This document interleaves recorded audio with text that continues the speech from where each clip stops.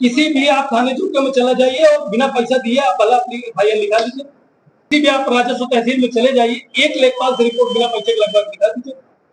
जैसे विधायक जी के क्षेत्र में एक लुटेरा बैठा है, डकैती की दुकान चलाता है, बिल्कुल जिले के हाल है।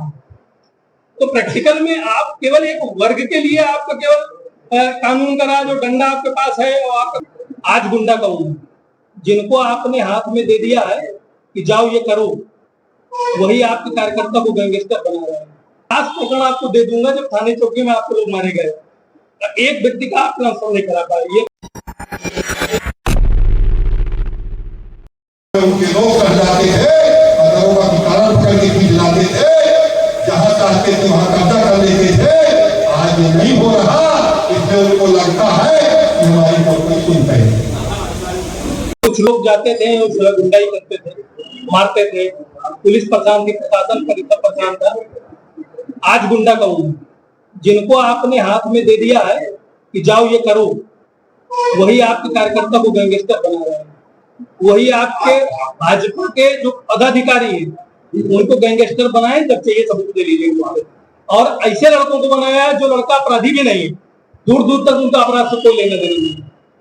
और समझिए आप 50 प्रकरण आपको दे दूंगा जब थाने चौकी में आपको लोग मारे गए, एक व्यक्ति का आप ट्रांसफर नहीं करा पाए। ये सवाल मैंने एक दिन पूछा। प्रैक्टिकल में आप बताइए कि जो नौकरशाह है, किसी भी आप थाने चौके में चला जाइए और बिना पैसा दिए आप भला अपनी एफआईआर लिखा लीजिए। आप किसी भी राजस्व वाले, प्लीज पूरी बात कर लीजिए, किसी भी आप राजस्व तहसील में चले जाइए, एक लेखपाल से रिपोर्ट बिना पैसे के लगभग लिखा दीजिए। तो वहां प्रैक्टिकल में आपने कितना सुधार कर लिया। आम जनता के लिए इसमें कोई संदेह नहीं कि आप सब लोग प्रैक्टिकल में जनता के लिए प्रयास करते हो। जो आपके यहाँ जाते हैं जनता दर्शन में, आप उनका फोन कर देते हो, लेकिन कितने लोग आपके पास जाते हैं? परेशान तो सारे लोग हैं। वहां कितना नियंत्रण है आपका? तो आज गुंडा आपने किसको बना दिया है, ये आपको पूछना होगा। और इसका जवाब अगर आपके पास हो तो जरूर दे दीजिए कि आज गुंडा आपने किसको बना दिया है। ये आज कानून का राज है, ये हम कह सकते हैं, हर आदमी कह रहा है, आप भी कह रहे हैं। हम लोग जो आप बात कह रहे हैं, ये कहीं ना कहीं कुछ व्यक्ति विशेष हो सकते हैं, कुछ लोगों की सोच हो सकती है जो बैठे हैं तहसीलों पर है, थानों पर हैं, उनकी कोई सारे व्यक्ति मोदी और योगी जी के निर्देशों का पालन करने के लिए अभी नहीं तैयार है। मानसिकता ऐसी बन चुकी है और ऐसे लोग जो बैठे हैं वो कृत्य कर रहे हैं, लेकिन जब वो पकड़ में आते हैं तो उनके खिलाफ कार्रवाई भी हो रही है। 6 थानेदार अभी फतेहपुर जनपद में है 2122 में, जिनके खिलाफ खुद 3 मुकदमे दर्ज हैं। ऐसे लोग चार्ज में। आप कैसे उम्मीद कर सकते हो कि ये न्याय करेंगे? वही तो मैं कह रहा हूँ कि ऐसे लोगों को उत्तर प्रदेश में जितने दरोगा होंगे, गलत लोग यहाँ जितने दरोगा होंगे उनको कहीं ना कहीं तो रखा ही जाएगा। अब वो कहीं ना कहीं चिन्हित करके उनके खिलाफ कार्रवाई हो रही है। जैसे विधायक जी के क्षेत्र में एक लुटेरा बैठा है, डकैती की दुकान चलाता है, बिल्कुल ओपन दुकान चलाता है, कहता है जाओ जिसको फलाने मौर्य का आदमी हुई, ओपन डकैती की दुकान चलाता है। किसी की हिम्मत हो वालों की बात करा ले। ऐसे केवल इनके क्षेत्र में नहीं है, मतलब पूरे जिले के हाल है।